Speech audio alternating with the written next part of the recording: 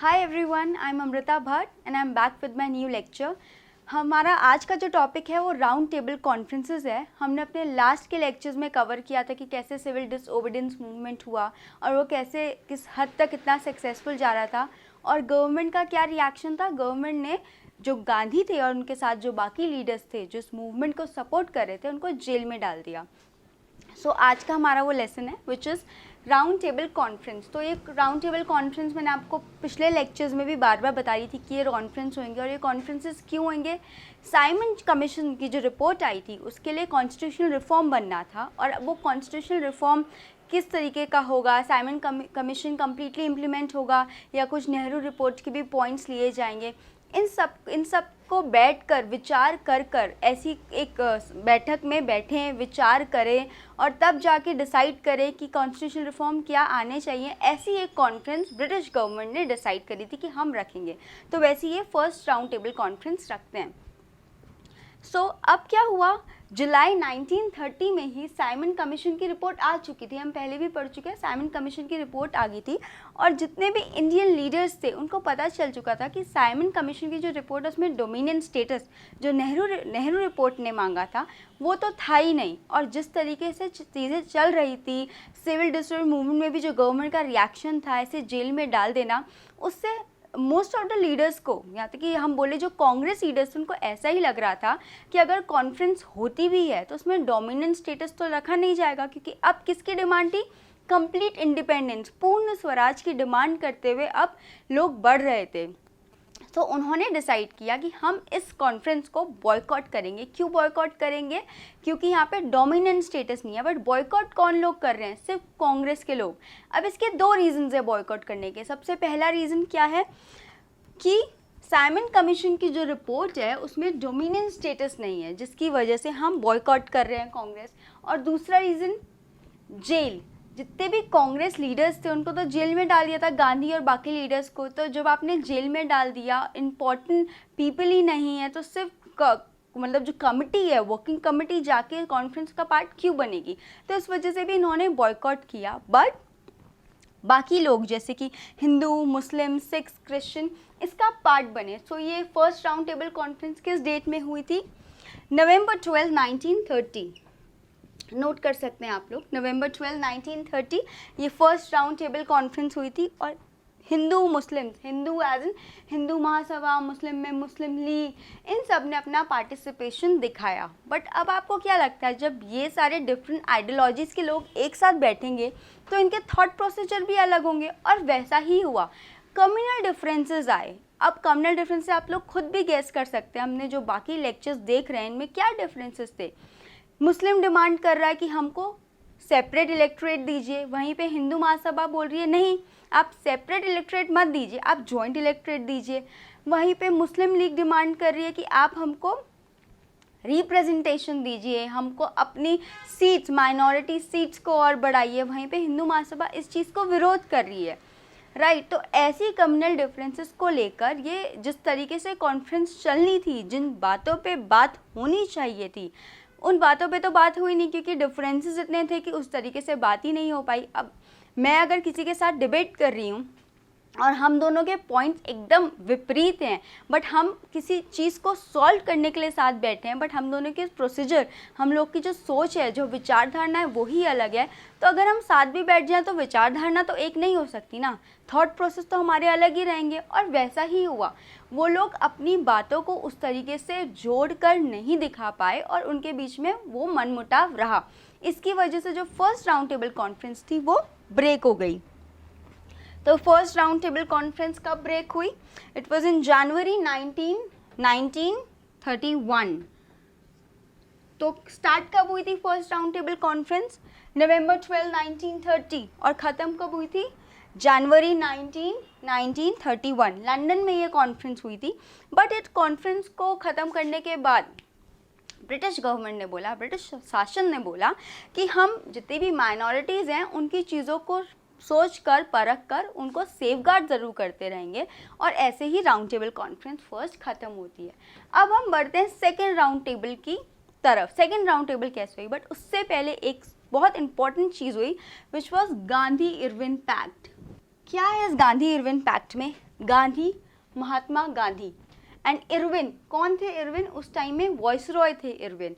और ऐसा एसएससी में क्वेश्चन पूछा गया है पहले भी 2016 में कि ये जो टाइम फ्रेमवर्क है फ्रॉम 1930, 34, 32, इस टाइम पे कौन थे जो वॉइसरॉय थे, वो कौन थे? तो लॉर्ड इरविन थे। और जैसे जैसे मैं आपको हर लेक्चर में एक टाइम फ्रेमवर्क बता रही हूँ, जैसे हमने स्टार्टिंग करी थी फ्रॉम 1757 और अभी हम 1932 पढ़ रहे हैं, 30 पढ़ रहे हैं, तो मैं हर टाइम में आपको बता रही हूँ गवर्नर जनरल ये थे, वॉइसरॉय ये थे। तो अगर आप इसको एक स्टोरी लाइन की तरह अपने माइंड में रखेंगे तो आप कभी कंफ्यूज भी नहीं होंगे कि इस टाइम फ्रेमवर्क में वॉइसरॉय या फिर इस टाइम फ्रेमवर्क में गवर्नर जनरल कौन था। तो कौन थे इस टाइम में? इरविन थे। और इनके बीच में पैक्ट हुआ। पैक्ट क्या होता है? जब किसी दो लोगों के बीच में कोई डील हो रही हो और वो डील बहुत ऑफिशियली हो, सिर्फ शब्दों की नहीं हो, एक ऑफिशियल कॉन्ट्रैक्ट जहाँ साइन हो, उसको हम पैक्ट बोलते हैं, बहुत ऑफिशियल चीज़। और वो एक प्रॉमिस होता है दो लोगों की तरफ से, एक मतलब अपनी सोच को मिलजुल कर एक प्रॉमिस किया जाता है, उसको हम ऑफिशियली एक पैक्ट बोलते हैं। तो ये पैक्ट कब हुआ था? 5 मार्च 1931। अब आप सोच रहे होंगे कि गांधी और इरविन के बीच में पैक्ट कैसे हो सकता है, क्योंकि गांधी कहाँ थे? गांधी तो जेल में थे। तो अब पैक्ट कैसे हुआ? तो जब फर्स्ट राउंड टेबल कॉन्फ्रेंस खत्म हुई तो ब्रिटिश गवर्नमेंट को लगा कि कांग्रेस के बिना ऐसी किसी कॉन्स्टिट्यूशनल रिफॉर्म को लेना या फिर इसी कॉन्स्टिट्यूशनल रिफॉर्म को एक फ्रेमवर्क देना बहुत डिफ़िकल्ट है। क्यों डिफ़िकल्ट उनको लगा? क्योंकि कांग्रेस उस टाइम पे काफ़ी ज़्यादा मेजॉरिटी में थी और मेजॉरिटी के साथ साथ मासेस किससे कनेक्ट हो रहे थे? गांधी से। हम हर लेक्चर में पढ़ रहे हैं जो मूवमेंट गांधी जिस मूवमेंट को अपने साथ ले चल रहे थे या फिर जिस इंडियन इंडिपेंडेंस की स्ट्रगल की ओर एक लोगों ऑर्डिनरी मैन को ले रहे थे, ये सब कॉमन लोग थे। और इनका गांधी से जो इनकी सोच थी या गांधी जिस तरीके से इनकी सोच के साथ ले चलते थे वो बहुत ही एक यूनाइटेड इंडिया हम देख रहे थे उस टाइम पे। तो इनको लगा कि कांग्रेस लीडर्स का होना बहुत ज़रूरी है और गांधी को जेल से छोड़ दिया। और यहाँ पे अब क्या इन्होंने इनके बीच में एग्रीमेंट्स हुए? सबसे पहला, डिसकंटिन्यू सिविल डिसओबीडियंस मूवमेंट, जो आपका ये आंदोलन है इसको ख़त्म कर दीजिए। तो गांधी ने बोला ठीक है, हम देखते हैं, पे विचार करते हैं। सेकंड क्या चीज़ बोली कि आप कांग्रेस प्लीज़ हमारे राउंड टेबल कॉन्फ्रेंस में आइए। तो ये दूसरी चीज़ थी। तीसरी चीज़ क्या बोली? गांधी ने बोला कि गवर्नमेंट जो आपके इश्यूज़ निकालती है कांग्रेस के ख़िलाफ़, जो कांग्रेस को ख़त्म करने के लिए इश्यूज़ निकालती है, ये चीज़ें आप हटा दीजिए। चौथी क्या चीज़ बोल रही कि जितने भी लोग जो नॉन वायलेंट पीपल हैं जिनके पीछे आप प्रोसीजर्स चल रहे हैं, लॉ चल रहा है, प्रोसिक्यूशंस चल रहे हैं, उनको हटा दीजिए, उनको विड्रॉ कर दीजिए। और पांचवी, रिलीज द लीडर, जितने भी लीडर सिविल डिसओबीडियंस मूवमेंट में आए हैं और उनको आपने जेल में रख लिया, उनको भी छोड़ दीजिए। और साथ ही साथ कुछ ऐसे भी लीडर्स थे या फिर कुछ ऐसे भी लोग थे जो ब्रिटिश के अंदर शासन में काम कर रहे थे, गवर्नमेंट नौकरी तो कर रहे थे, मगर उन्होंने गांधी का साथ देते हुए इस मूवमेंट को फॉलो किया। कि कैसे फॉलो किया? लॉ ब्रेक किया। नॉन कॉर्पोरेशन में हमने क्या पढ़ा था कि लॉ ब्रेक नहीं हो रहा था, नॉन कॉर्पोरेट ये चीज़ें नहीं मान रहे थे, बट सिविल डिसओबीडियंस मूवमेंट में इन्होंने लॉ ब्रेक करना शुरू किया। तो अब जो गवर्नमेंट के अंदर है और अगर वो इंडियन साइड से हैं, क्योंकि वो इंडियंस हैं, तो वो लॉ ब्रेक कैसे करेंगे? नौकरियों पे ना जाकर या नौकरी पे बैठकर भी काम ना कर कर, तो उनको तो नौकरी से निकाल दिया जाएगा ना। तो उस टाइम पे जितने भी लोगों को निकाला उनको वापस रख लीजिए, ऐसी कुछ डिमांड्स उस टाइम पे रखी और ये डिमांड्स दोनों ही साइड से थी। सो अब इसमें क्या हुआ, आप 4th पॉइंट पे गौर फरमाइएगा, withdraw the prosecutions of non violent people, मतलब जितने भी लोगों ने जिन्होंने अहिंसा के रास्ते में चले हैं, उन लोगों के उसमें जितनी भी धारावाहें चल रही हैं, उनको जितने भी उनके प्रोसीजर्स हैं, उनको विड्रॉ करके उनको छोड़ दीजिए। बट इस पॉइंट में अगर आपको याद हो तो कौन ऐसे लीडर्स थे जो इसका शिकार बन गए थे? जैसे भगत सिंह, सुखदेव, ये कौन से लीडर्स थे? ये वॉलेंट लोग थे पंजाब के। और कराची सेशन में उससे पहले ही 1930 में 31 में इनको बोल दिया था कि इनको फांसी दे दीजिए। क्यों? क्योंकि ये वॉलेंट लोग हैं, जिसकी वजह से जब कराची सेशन हुआ था कांग्रेस का 32 में, तो उसमें काफ़ी गांधी को ब्लैक झंडे फैलाए गए और काफ़ी उनकी निंदा करी गई, उनको क्रिटिसाइज़ किया गया, क्योंकि अब जो लोग भगत सिंह और सुखदेव जैसे लोगों के सपोर्टर्स थे वो तो उनको नहीं पसंद करेंगे, उनको तो ऐसा ही लगा कि गांधी जी की वजह से ही ऐसा हुआ है कि इन लोगों को फांसी हो गई। और उस टाइम की सर्कमस्टांसेस कुछ ऐसे भी बने कि ऐसा ही हुआ था, और जो वायलेंट पीपल थे उनको ना सपोर्ट करते हुए उन्होंने सिर्फ नॉन वायलेंट पीपल का ही सपोर्ट दिया, क्योंकि वो वैसे ही अहिंसा के रास्ते में चलते थे। और इन चीज़ों को टाल मटोल करके बातें रख कर finally Gandhi Irwin pact sign हुआ, जिसमें गांधी ने अग्री किया ठीक है हम जो आपका सिविल डिसओबीडियंस मूवमेंट है उसको हम रोकते हैं। बट उन्होंने इस मूवमेंट को यहाँ भी ख़त्म नहीं करा है, सिर्फ रोका है। और ये मूवमेंट वैसे 6 वीक के लिए ही रुका था।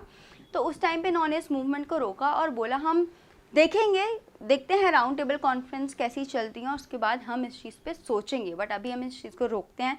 राउंड टेबल कॉन्फ्रेंस को भी ये गए, और सेकेंड राउंड टेबल कॉन्फ्रेंस में हम देखते हैं कि Gandhi as a sole representative यहाँ पे लंदन गए थे। तो अब सेकेंड राउंड टेबल कॉन्फ्रेंस हुई, और सेकेंड राउंड टेबल कॉन्फ्रेंस में क्या हुआ, जैसे मैंने आपको बताया, जो कांग्रेस वर्किंग कमेटी थी उन्होंने बोला गांधी को कि आप एज अ सोलो रिप्रेजेंटेटिव जाइए, कांग्रेस की तरफ से सिर्फ आप ही लंदन जाइए और देखिए कि राउंड टेबल कॉन्फ्रेंस में क्या बोलते हैं। और वो वहाँ पे गए और उन्होंने क्या देखा, फिर से कम्युनल डिफरेंसेस, वही डिफरेंसेस फिर से देखे। और इसके 2 रीजंस फिर से थे। पहला रीज़न कि जो फर्स्ट राउंड टेबल कॉन्फ्रेंस थे वहाँ पे किसका दबदबा ज़्यादा बना रहा, किसने अपनी डिमांड पहले रख दी, वो थे हिंदू महासभा, मुस्लिम लीग जैसे लोग। कांग्रेस वहाँ पे एब्सेंट थी।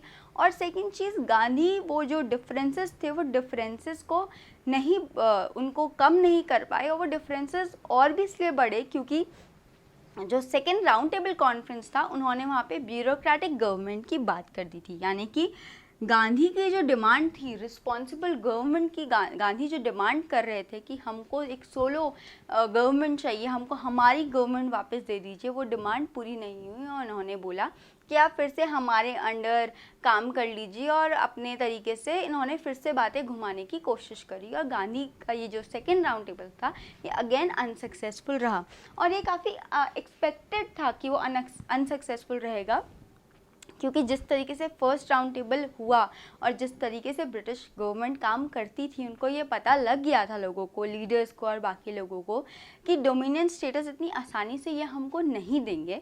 और उसमें एक गुजराती पोएट है मेघानी, इन्होंने लिखा पोएटिक उसमें गांधी के लिए लिखा था, even this last cup of poison you must drink Bapu. इन्होंने अपने पोएम में गुजराती लैंग्वेज में इन्होंने चीज़ लिखी, आप इसको as a reference Bipin Chandra में पढ़ सकते हैं, कि इन्होंने लिखा कि ये भी एक पॉइजन है, इसको भी आप पी लीजिए, क्योंकि राउंड टेबल कॉन्फ्रेंस आपने लीडर्स को छुड़वाने के लिए तो सही किया उस तरीके में, बट जिस चीज़ के लिए आप लड़ रहे हैं वो अभी भी अनसक्सेसफुल है, अभी भी उस मुकाम पे हम नहीं पहुंच पाए हैं। और ये राउंड टेबल कॉन्फ्रेंस ख़त्म हुआ। बट अब इसमें क्या हुआ, जो गवर्नमेंट थी, गवर्नमेंट किसकी थी उस टाइम पे, कौन थे वाइसरॉय, इरविन, लॉर्ड इरविन उस टाइम पे वाइसरॉय हट गए थे और नए वाइसरॉय आ गए थे, विच वाज विलिंगडन। उस टाइम पे वाइसरॉय बदल गए थे, गवर्नमेंट चेंज हो गई थी, प्रोसीडिंग्स चेंज हो गई थी। और जैसे ही गांधी विद डिसअपॉइंटमेंट वापस इंडिया आए, उन्होंने बोला कि हम फिर से जो सिविल डिसओबीडियंस मूवमेंट है, हम फिर से ये आंदोलन शुरू करेंगे, और एक नए सिरे से और एक नया आंदोलन, नए तरीके से इस आंदोलन को फिर से शुरू करते हैं। बट जैसे ही गांधी ने बात रखी, ऐसा लगा जैसे गवर्नमेंट ऑलरेडी प्रिपेयर्ड थी, जैसे कि आप सोच सकते हैं ये शायद कोई चाल थी या फिर एक तरीका था, गवर्नमेंट पहले से प्रिपेयर्ड थी कि गांधी जाते ही सिविल डिसओबीडियंस बोल देंगे। उस टाइम पे गवर्नमेंट भी चेंज हो गई थी, तो गांधी को next day he, which was Jan 4, 1932 में ही अरेस्ट कर लिया। यहाँ पे इस गवर्नमेंट ने गांधी और बाकी जितने भी कांग्रेस लीडर्स थे उनको अरेस्ट कर लिया, और उनको मूवमेंट स्टार्ट करने का टाइम ही नहीं दिया। वो जैसे ही आए उनको अरेस्ट कर लिया, और कांग्रेस को इलीगल बोल दिया गया, ऑर्गेनाइजेशन को इलीगल बोल दिया गया, इनके जितने भी फंड्स थे, जो प्रेस थी, उनको भी गवर्नमेंट ने कम्प्लीटली बैन कर दिया। तो अगर लीडर्स के जाने के बाद, जैसे हम पहले भी देखते हैं फेज़ 1 में क्या हुआ था सिविल डिसओबीडियंस मूवमेंट में, कि जो वर्किंग कमेटी थी उन्होंने अपना मूवमेंट बढ़ाए रखा, और गवर्नमेंट ने इसी वजह से राउंड टेबल कॉन्फ्रेंस रखे। बट यहाँ पे गवर्नमेंट चेंज होने की वजह से गवर्नमेंट के तरीके बदले, इन्होंने फंड्स और प्रेस बंद कर दिए, इनके जिस तरीके से काम करते थे वो बंद कर दिए, और जो लोग थे उनको बहुत ही ब्रूटली मारा, उनको काफ़ी टॉर्चर किया, उनको काफ़ी इलेक्ट्रिक शॉक्स भी दिए, यहाँ तक कि जितने जो जेल में लोग आए थे उनके साथ भी बहुत ब्रूटल ट्रीटमेंट किया, बहुत वायलेंस हुआ। और गांधी ने जब ये सब चीज़ें देखी जेल के अंदर रहकर, तो उन्होंने 1934 में ही सिविल डिसओबीडियंस मूवमेंट विड्रॉ कर लिया। सो कब ये ख़त्म हुआ मूवमेंट? 1934 में ही ये मूवमेंट ख़त्म हो गया। गांधी ने बोला इस मूवमेंट को करने की ज़रूरत नहीं है, और वो रीज़न एक ही था, क्योंकि रास्ता किसका था? नॉन वायलेंस का, अहिंसा का रास्ता था। और जब चीज़ें वायलेंट होती थी, वो हमने नॉन कॉर्पोरेशन में भी देखा, जैसे चौरी चौरा मूवमेंट हुआ तो उन्होंने बोल दिया कि नहीं, ये चीज़ मत करिए क्योंकि वायलेंट हो गया। और वैसे ही इस टाइम पे हुआ, वायलेंस हुआ, उन्होंने सिविल डिसऑर्डर मूवमेंट को ख़त्म कर दिया। सो इसके बाद हम क्या देखते हैं? Third round table conference. तो राउंड टेबल कितनी थी? 3 राउंड टेबल्स थी। थर्ड राउंड टेबल कॉन्फ्रेंस के बारे में भी हम पढ़ेंगे नेक्स्ट लेक्चर में, और साथ ही साथ हम ये देखेंगे कि after withdrawing the civil disorder movement, जब ये मूवमेंट को विड्रॉ कर लिया, उसके बाद कौन से पॉलिटिकल चेंजेस, हम कम्युनल अवार्ड, पूना पैक्ट, ऐसे कुछ पॉलिटिकल चेंजेस देखते हैं, और देखते हैं कि फिर गवर्नमेंट ने, या फिर हम बोलेंगे या कांग्रेस ने, किस तरीके से पॉलिटिकली चेंजेस इंडिया में लाए। Thank you for watching this video. If you like my video, do subscribe it, do press the bell icon, and please share with your friends and family. Thanks for watching the video. If you found this video helpful, press the like button, subscribe to our channel, and ring that bell icon so that you can get notified every time we upload a new lesson.